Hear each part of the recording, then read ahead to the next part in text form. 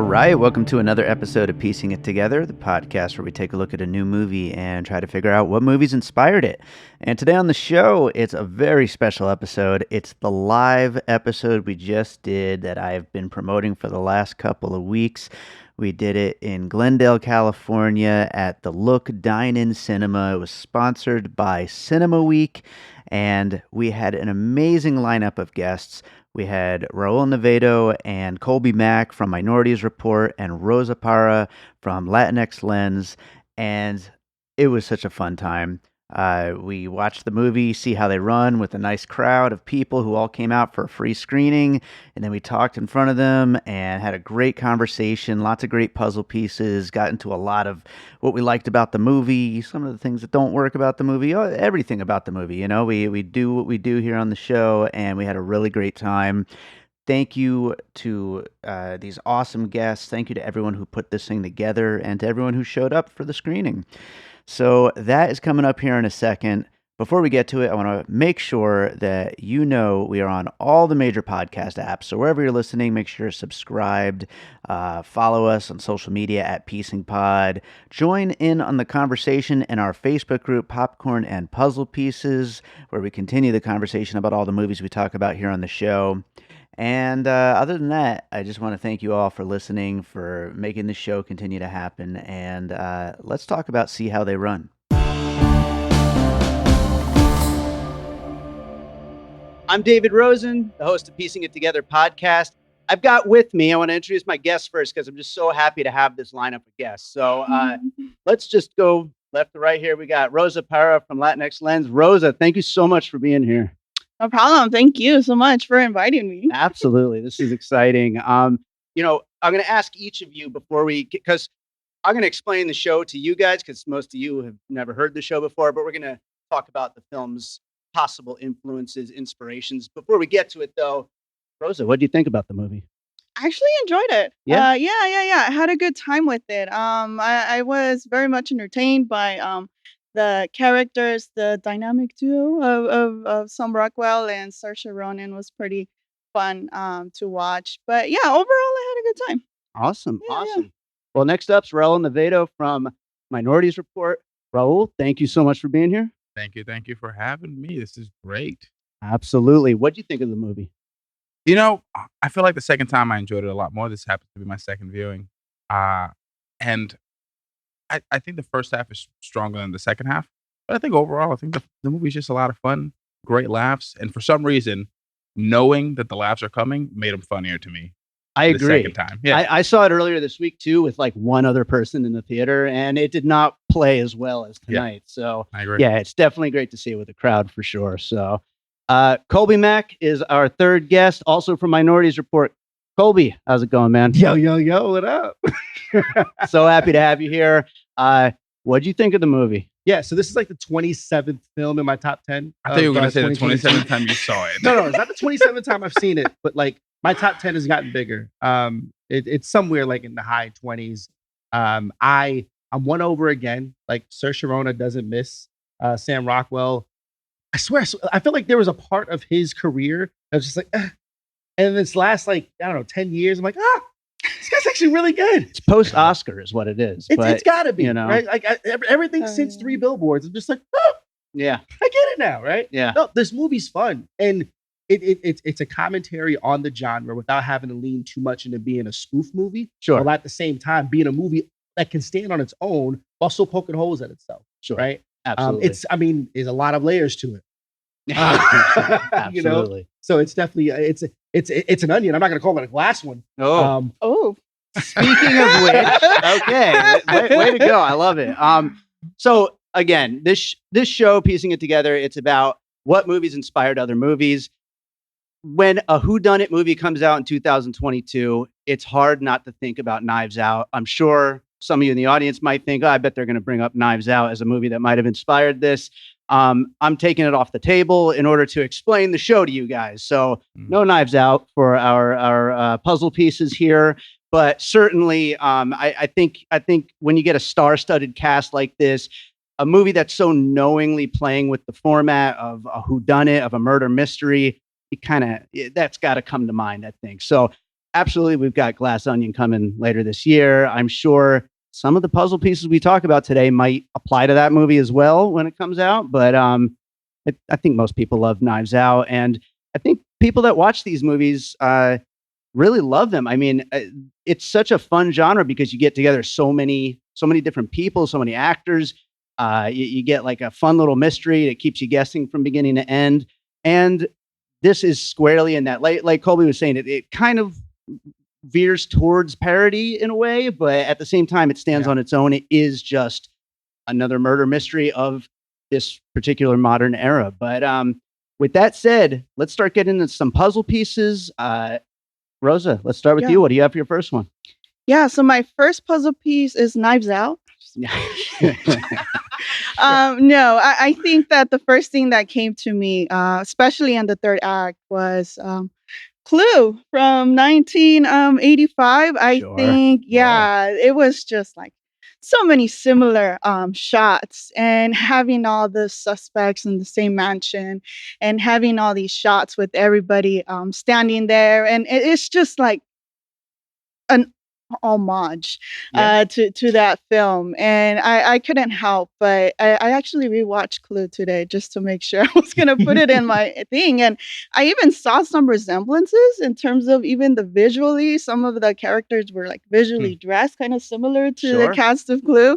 And that's my first puzzle piece, Clue, because I mean, it's cool. Yeah, it 100% belongs in here. But everything Agatha Christie and everything murder mystery and whodunit and all of it, it is the blueprint kind of in a way. And they even have the joke earlier in the movie where they say about maybe it's all of them, which call back there. But there's a lot of Clue in here. You guys fans of Clue over there? How can you not be? John Landis wrote one of the funniest scripts ever. Sure. Like it's great. And I feel like there's little Easter eggs, especially in the first act, where it's like, oh, we clearly see deliberate shots of a letter opener, a wrench. Like I'm surprised like nobody saw like there wasn't like a club. Like, what's the classic weapons that are inside of Clue? Candlestick. I didn't see a candlestick, right? Yeah. Like it should have been really blatant. Like I guess like what's oh my goodness, David Oyelowo's, I guess, nephew is what we'll call him. Sure. Like I could have swore like, oh, he's a candle maker. And like, I don't know, whatever like asinine thing they're gonna give him. Yeah. But like, like it's so much Clue like riddled throughout of it. It would have been great if there was like a photo somewhere of like Tim Curry. Yeah. That would be nice. I wouldn't be surprised. I mean, there's plenty of classic Hollywood in there, but like I wouldn't be surprised if it's in there somewhere on our third or fourth viewing. You catch like even more of those kind of things in there. So for sure. I gotta say, I've never seen Clue. Okay. I haven't seen it in many, many years. I was actually thinking about revisiting it for this particular episode, but I'll revisit it for Glass Onion or one of the many other, ones of these movies that are on the way. I'm sure it's on the list to be remade in like 2 years. So. Oh yeah, sure. It's coming. It's coming. Well, Raul, what do you have for your first one? Yeah. So my first puzzle piece has a lot to do with the style of the film, and that is Jojo Rabbit. I feel like Jojo Rabbit, this film reminds me so much, the dialogue, the way the banter happens, the way the conversation happens between characters, and also the way they're taking these dark subjects and twisting them into being comedic. And then on top of that, like you said, a spoof. It's a parody. Yeah. Jojo Rabbit very much feels like a spoof of the Holocaust, which is just crazy, but somehow he made it work, and it's incredible, and it's hilarious.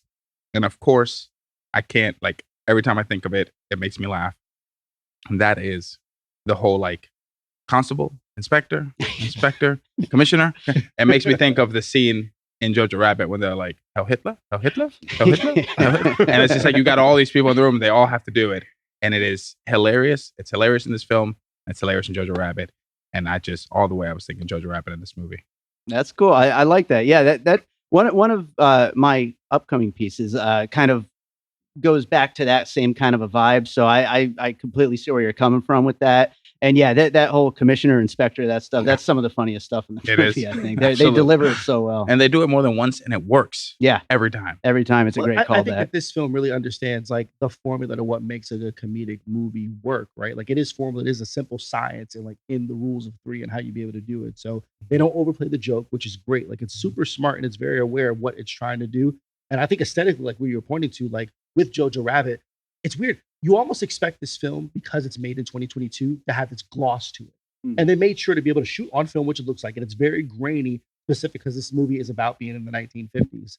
And the fact that, you have Jojo Rabbit taking place during the World War and stuff like that. It's just, it's really interesting that they were able to kind of keep that. So, a great piece. Yeah, And you absolutely. got some Rockwell. Yeah, absolutely. Kolby, what do you got first? Oh man, I actually have a 2022 film that, granted, could this have inspired it? No, but it's Agatha Christie, and it has like this huge ensemble cast. It has one of like the greatest detectives of all time, and Hercule Poirot in Death on the Nile. Yeah. Like I said, while I didn't say Murder on the Orient Express, Mhm. it's that You Death on the could've. Nile. Yeah, I could have, right? Yeah. It's a story that moves, and we still have this whodunit story that, while you thought it could have been constricted, kind of like with Clue, in the one setting, you could have had the entire mystery and film unfold at the theater in that one night, right? Yeah. Which does kind of raise the stakes, because it makes what you were speaking of, not every, we don't know who could be the suspect, but everybody could be a victim. You almost expect there to be more bodies to fall, but with Death on the Nile, you kind of still have the story progressing as they're going on this trip, and slowly everything's kind of uncovering. And it's cool to hear it's very blatant that you see all of the mysteries to everybody. Everybody has a reason to be the killer. Everybody justifiably hates the person that we're all supposed to hate, Sure. which is great. I mean, so shout out to like Adrian Brody for like being just a despicable, New Yorker, right? I'm the opposite. I'm the charismatic asshole New Yorker. So, it was nice to kind of have that juxtaposition, but like specifically with Hercule Poirot's character and Sam Rockwell's character, kind of like what was pointed to in the beginning of the first act. You have our protagonist that is offbeat, a bit aloof, but that's what makes him really great at his job. Because he has this disconnect to people, he pays amazing attention to detail. And the way that he reads people is just so fun, because we don't get a chance to see people. I'll tell you right now, if cops today were more like, Stop Hard, what a name, right? Or like Hercule Poirot, I think that law enforcement would be a lot more respected and a bit more cooler. Or if they just have less creepy mustaches and more inventive and cool mustaches. Yeah. The cool mustaches could go a long way. I've been trying, it just doesn't work. It gets stuck on the side and does nothing up top. So. Well, what you got going on? It's working. Oh, it's pretty glorious. Yeah.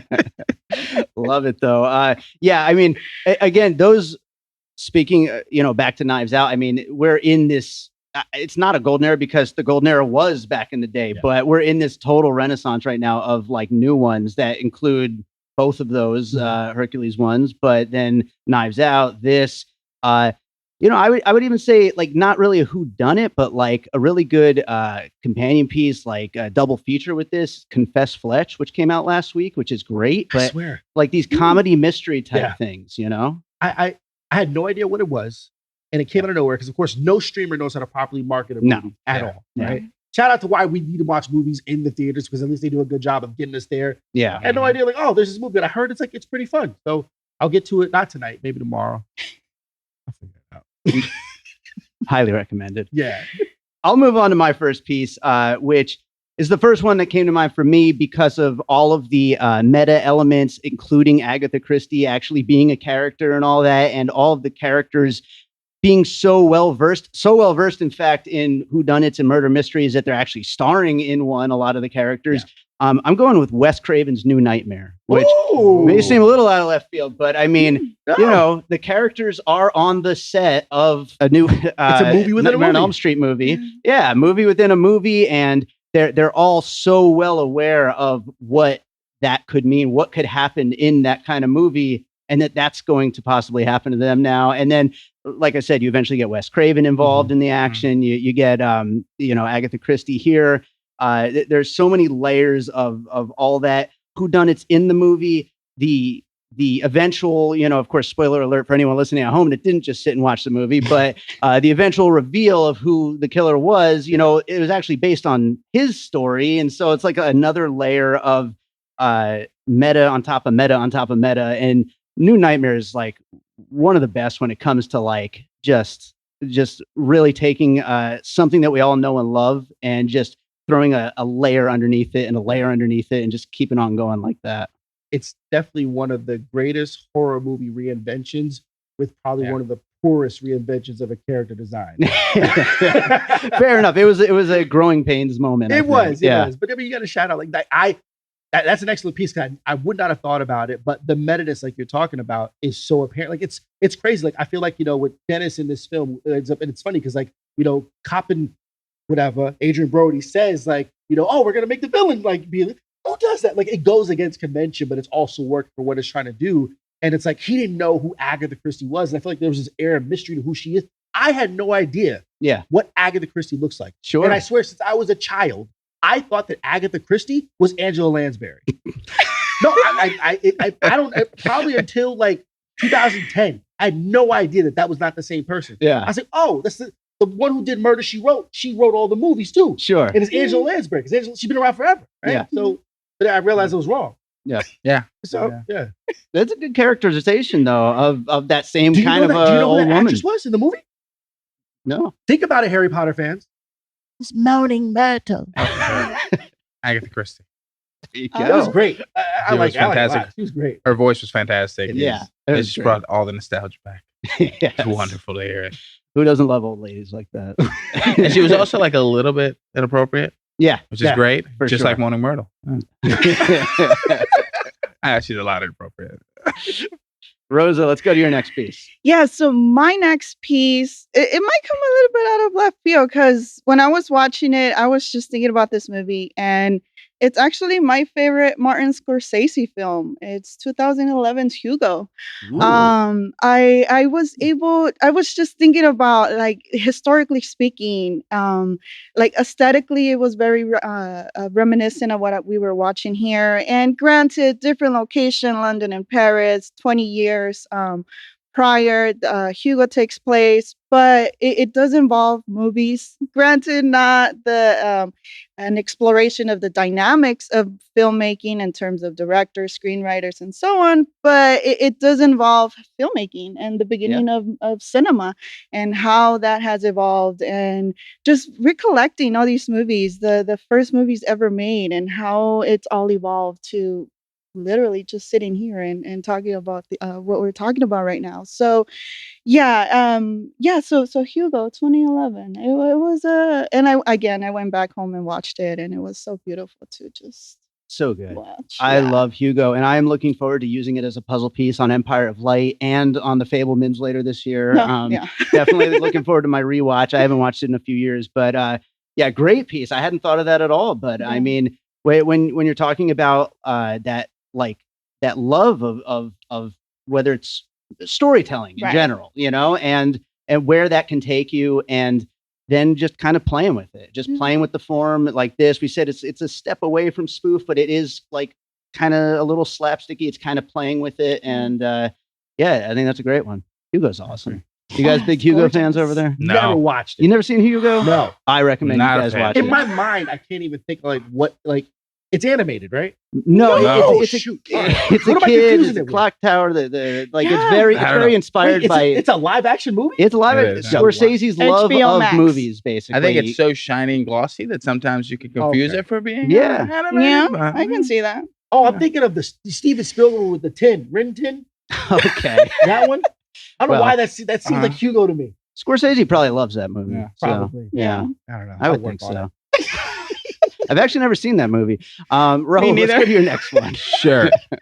My next one. Listen, I'm surprised nobody has said it because it's so blatantly obvious. Hmm.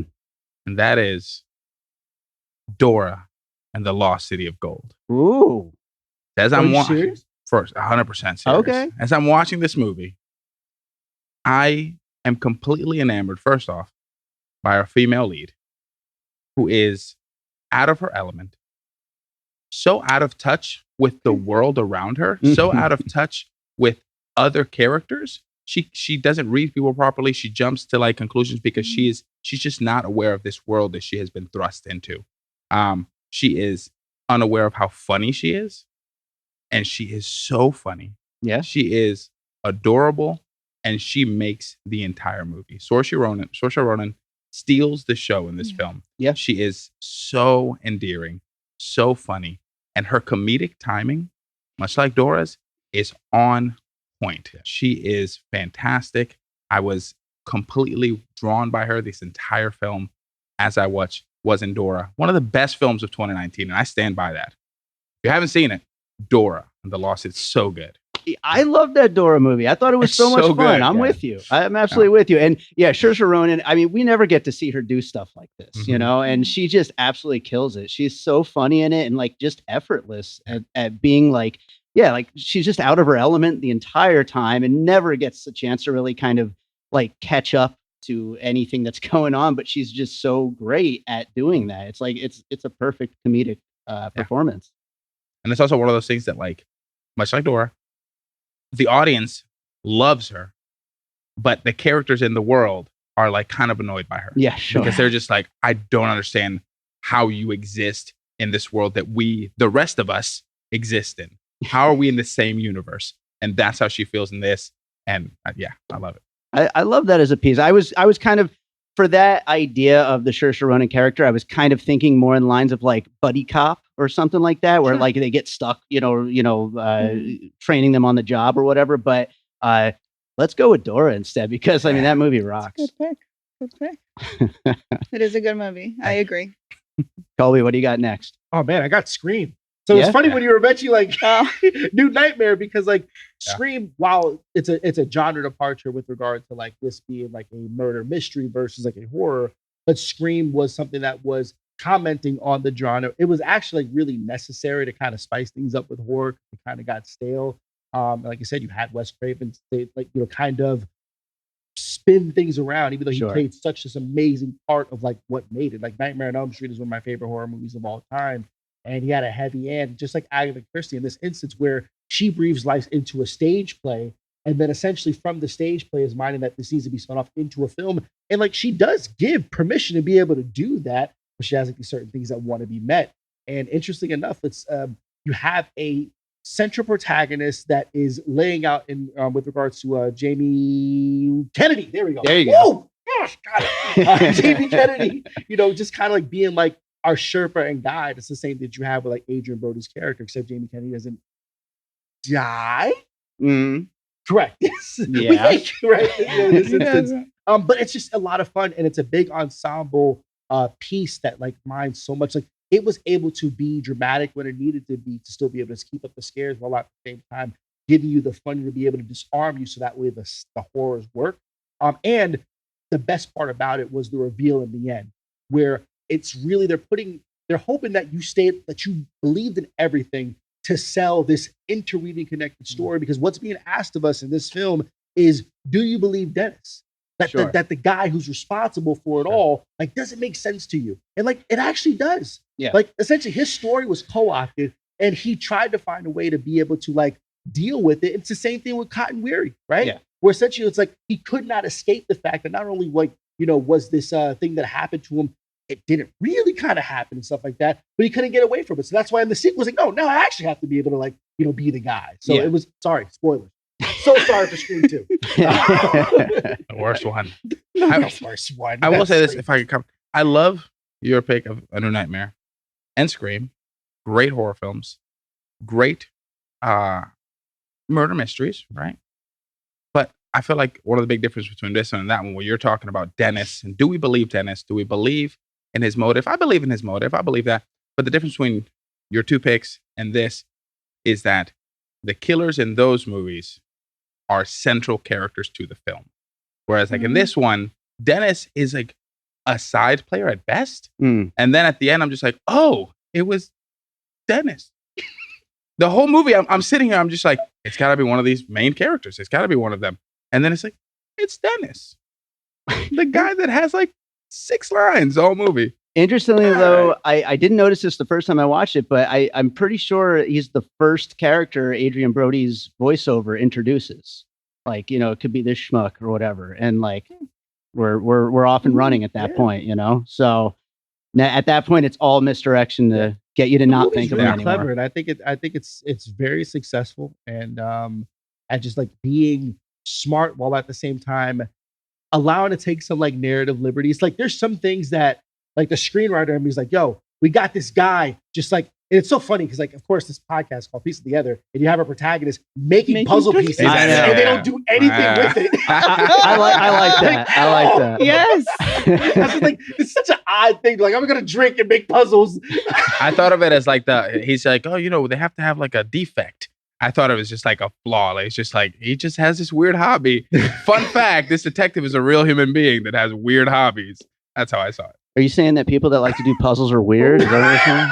Bro, come on. I'm just saying this. I'm saying that jigsaws, blanks, are not puzzles. That's what I'm saying. Fair enough. It's broken pictures. Another Just- side piece. just We're put gonna together. go with saw and jigsaw. There we go. Well, I'll go to my second piece, my last piece. A lot of people have joked about this is Wes Anderson does a whodunit. And I'm going to go Grand Budapest Hotel, although you could go with a lot of different Wes totally. Anderson films. Like, all the characters are so quirky. There's so much to the staging and the sets that make them feel almost like little dioramas, the same way that Wes Anderson would do. And of course, this is set mostly on sets, so it totally makes sense and fits. But then you get in the split screens and the little camera tricks, and back to the quirky characters, everybody having their little bits and pieces. Even the trailer for this movie, like, it was the first thing I thought of when I saw the trailer for this movie, the way they would, they got that quirky music going and they're quick cutting from actor to actor, looking directly into the camera. It's just like a Wes Anderson trailer. Yeah. I feel like the movie was sold in that way. This director, it's his first movie, Tom George. He's done some TV, but I have to imagine that he probably is a big Wes Anderson fan. Okay. So you can see that major influence, and I think it's cool. Like, it's nice to be able. I mean, I can't wait to be able to get like my first directorial debut feature credit, right? Mhm. And have it be something like this. But it's fun. Like, I think the direction was slick. Like, it's purposely trying to incorporate the tropes of the genre, but still doing enough to be able to stand on its own. And like the fact you can weave in the comedy with the direction as well as the editing. Yeah. Like, say, oh, what are you gonna do next? Put it on a screen 3 weeks later. Yeah. 3 weeks Yeah. later, Yeah. and it's There just you go. like that's like it's cute and it works. Yeah. Like, Yeah. And that's a great puzzle piece too. I think a lot of the cinematography in this reminds me of Grand Budapest Hotel Yeah. specifically. Yeah. A lot of the shots, like a lot of the panning shots, and we get to see it, reminds me a lot of Budapest Hotel. Yeah. Even the score had a lot of cues that kind of reminded me of that as well. And so, yeah, there's just a lot of layers to that. Yeah. So I know we said we're going to just do 2 pieces each. I have one extra piece I was going to throw in here. Listeners of the show know my favorite movie is Adaptation. And Charlie Kaufman, the character in Adaptation, really doesn't want his movie to turn into a big Hollywood ending. And sure enough, it basically does. All the action and the sex and the drugs and the drama all come in, all the stuff that he didn't want to happen. And our writer, played by David Oyelowo, does not want basically Adrian Brody's vision of the story to play out. And that's literally like shot for shot exactly how it all plays out by the end. So I had to include Adaptation in my list here. Sure. how could you not? It's your Yeah. favorite movie. It makes sense. There you go. So that is our puzzle pieces for the movie. Rosa, do you have any closing thoughts? Anything we didn't quite get to while we were talking puzzle pieces? I don't know. I also thought about, I don't know why, probably Singing in the Rain for some reason. Oh. I'm sure because of the movie, the film industry, and focusing on that. Granted, it's more focused on the transition from the silent movies to the talkies and so on and so forth. But yeah, I was also thinking about that, and I was like, but no. Anyways, no. I did have a good time. I was generally surprised by it. Yeah? Yeah. Generally surprised and delighted by Absolutely. it. Right on, Raul. How about you? Any closing thoughts? Anything you wanted to throw in there? Sure. Quick ones like the bar scene. I don't know how you can't think of The Shining. Yeah, sure. Like, I was just like, oh yeah, this is The Shining. And then the Without whole pants on. without pants on. Yeah. And then the whole element of like revealing to us the ending earlier. I'm sure many other films do this, but it made me think of a stand-up special, Hannah Gadsby's special, Douglas, which Yeah. she literally spends 30 minutes telling us exactly what's going to happen this entire show. And then she follows it to the T, and it is still hilarious.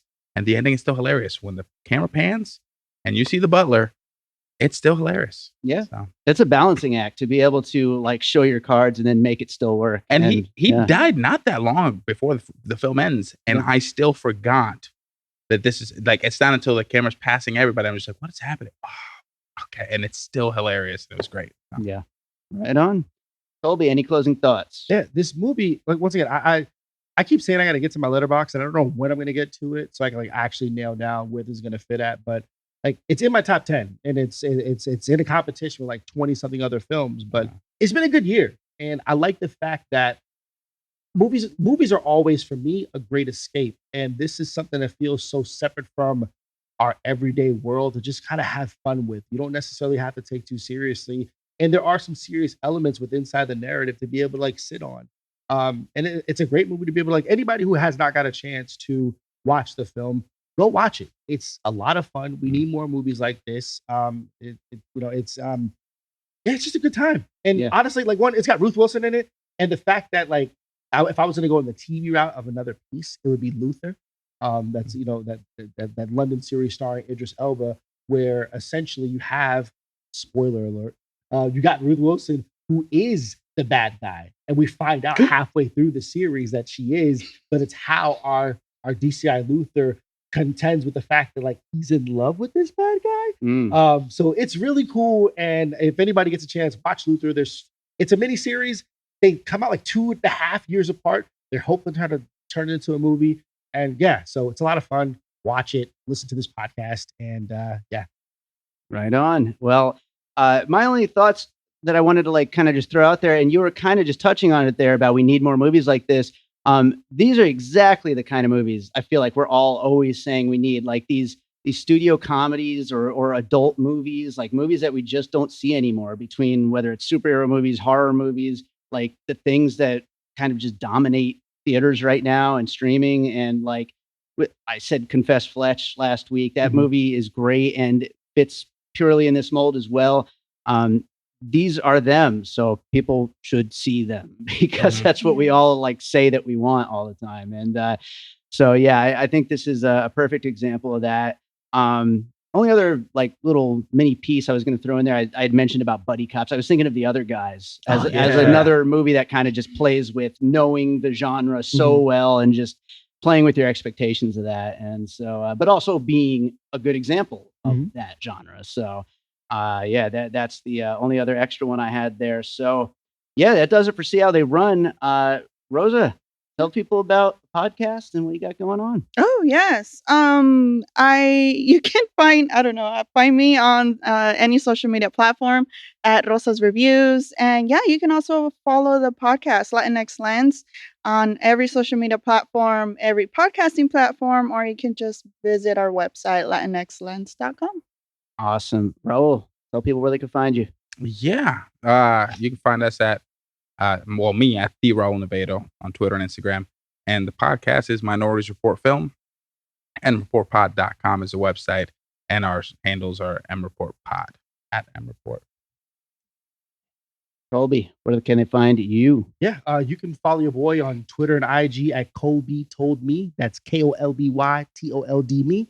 When they ask you where you heard it from, you can tell them Kolby told me. And he's also at Minorities Report. Correct. And that too. Absolutely. Well, I always end these things asking for a recommendation of something you watched recently.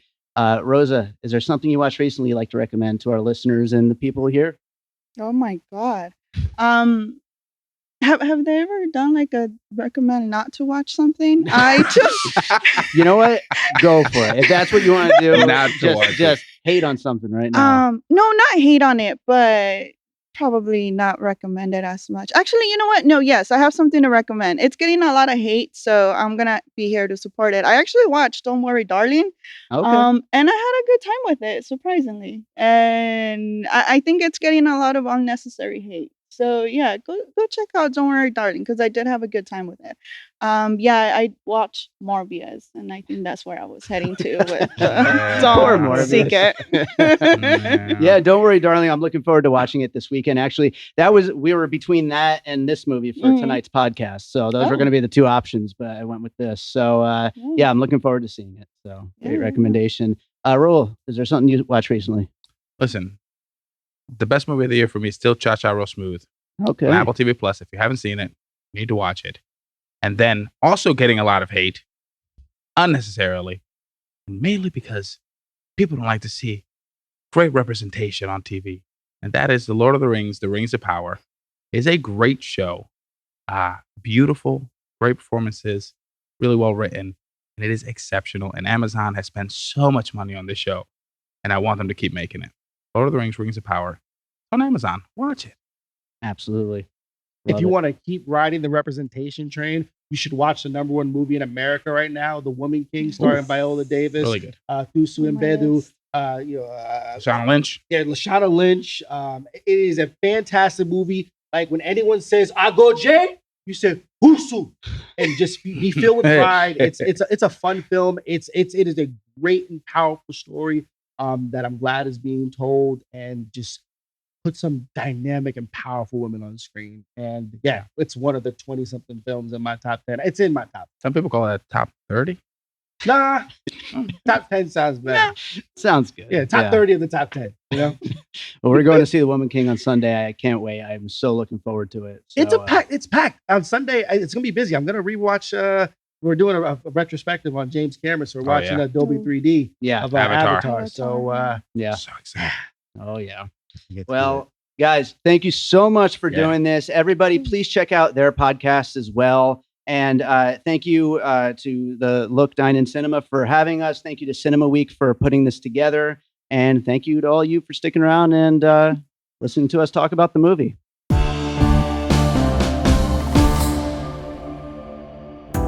I'm Josh Bell. And I'm Jason Harris, and we co-host a podcast called Awesome Movie Year. Each season, we take a look back at an awesome year for movies, which is every year. We deep dive into these specific years, and we pick out why they were such great years for films. We go over the biggest hits, the biggest flops, the best picture, some personal picks, some cult classics. Years we've covered in past seasons include 1994, 2003, 1977, and 1984, and we've got all of film history to look forward to. So check us out at awesomemovieyear.com or wherever you listen to podcasts. All right, so I hope you enjoyed that conversation about See How They Run. Again, thank you to the Look, Dine, and Cinema. Thank you to Cinema Week, which, by the way, is coming up on October 7th through 13th. So make sure to go out to the theater and take part in everything they've got going on. And thank you to my guests, Rosa Parra, Raul Navedo, and Kolby Mack. I always look forward to getting these people on my show, and hopefully we'll get them back on again sometime soon. Make sure you check out their podcasts as well, Latinx Lens and Minorities Report. Great shows, lots of great content to go check out. So if you're enjoying the podcast, of course, make sure you're subscribed. If you really enjoyed the podcast, maybe drop us a 5-star rating. We'd really appreciate that over on Apple Podcasts or Good Pods, wherever it is you're listening and wherever it is you're subscribed. You could also follow us on social media at Piecing Pod. Join our Facebook group, Popcorn and Puzzle Pieces. And last but not least, don't forget we do have a Patreon, the Produced by David Rosen Patreon, where I post bonus and advanced content from Piecing It Together. We currently have episodes on Bullet Train, 3,000 Years of Longing, a couple other advanced episodes over there to check out. There's also exclusive content from Awesome Movie Year, another movie podcast I produce, and from my music career. I'm actually finishing up a new album right now, and so I post sneak peeks of the album, and I will actually have like a whole album that will be exclusive to the Patreon coming out later this year, so it might be early into next year, but lots of stuff on the way. So check it out. It's patreon.com/bydavidrosen, the Produced by David Rosen Patreon. If you want to support the show that way, I appreciate it. So that does it for today's episode. Let's close this out with a piece of music, as I always do. And you know what? Why not? Let's play a track from the new album. Let's preview the new album. This has never been heard before. It's a song off my new album coming out at the end of this year called More Content, and this song is called Trapped in the Beat. Hope you enjoy it. This album, I've been spending all my time that I'm not spending on the podcast, I'm spending on the album. I'm always doing something, I guess. But yeah, it's just nonstop work. But this album's coming out so good. I'm so excited to share it with everybody. So this is a song off that album. Hope you enjoy it. We'll be back with more Piecing It Together real soon.